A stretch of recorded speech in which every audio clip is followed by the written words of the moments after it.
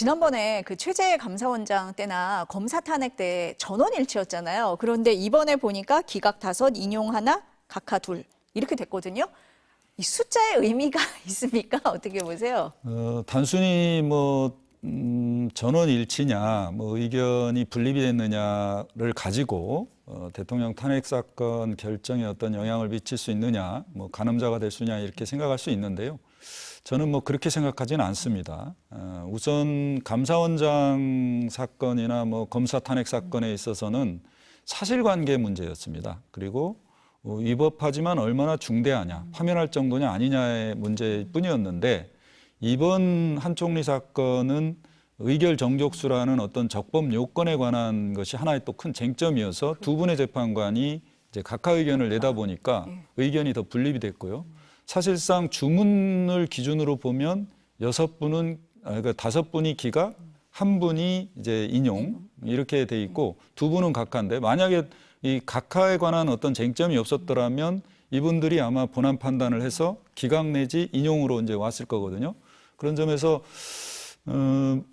이 단순히 전원일치였다가 이렇게 의견이 여러 개로 분립된 것이 어떤 의미가 있느냐라고 한다면 저는 그 자체로 의미가 있다고 볼 수는 없고, 다만 저는 이 한 총리 사건의 어떤 결정의 어떤 재판관들의 의견 분립을 통해서 이해할 수 있는 건, 추정할 수 있는 건 재판관들의 어떤 성향이 이 한 총리 사건의 결정을 통해서 좀 드러나지 않았는가, 좀 더 명확하게, 그런 점에서 대통령 사건의 어떤 결정의 어떤 이유를 내는 과정에서 재판관들 사이에 충분히 견해 차이가 있을 수 있다.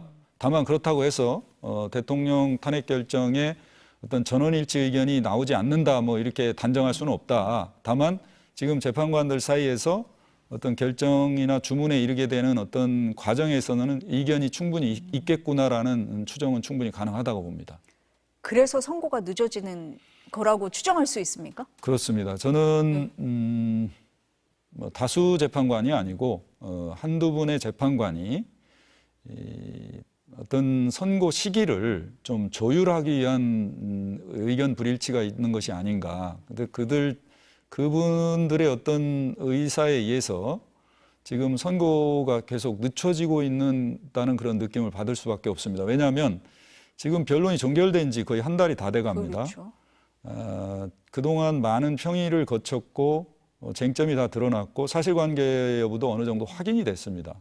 이제 판단을 하면 되고요. 더 평의를 해야 될 것은 없다고 봅니다. 그럼에도 불구하고 선고가 이렇게 늦어지는 것은 몇몇 분이 선고에 대해서 좀 의견을 일치를 못 보고 있는 것이다. 그분들에 의해서. 그럼 과연 그분들이 왜 이런 선고 시기를 조율할까? 그거는 저는 법리적 판단보다는, 아니면 무슨 법리적 판단을 위해서, 아니면 증거관계의 확인을 위해서라기보다는 정치적 고려가 있지 않나. 그렇지 않고서는 이렇게 늦어질 수는 없다라는 그런 생각이 들고요. 그런 점에서 헌법재판소가 이런 사건을 결정함에 있어서 결정의 주문뿐만 아니라 선고 시기에 있어서도 그 어떠한 정치적 고려를 해서는 안 됨에도 불구하고 이런 정치적 고려가 지금 되고 있는 것이 아닌가 하는 강한 의심을 갖게 만들고 있어서 우려스럽다라는 생각이 듭니다. 그럼 변호사님 보시기에 오늘 한 총리 그 선고 결정문을 통해서 윤 대통령 선고를 좀 유추해 볼 수 있는 대목이 있으셨습니까? 사실상 직접적으로 연결되는 고리는 없습니다. 우선 한 총리의 탄핵 사유와 윤 대통령의 탄핵 사유는 겹치는 부분이 거의 없습니다.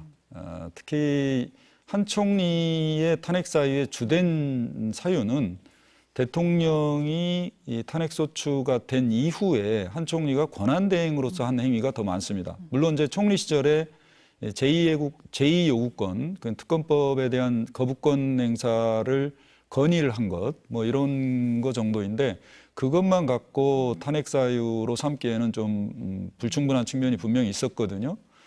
그렇기 때문에 지금 한 총리 사건이 대통령 탄핵 사건의 어떤 결정이나 여기에 영향을 미칠 수는 없다라고 보고요.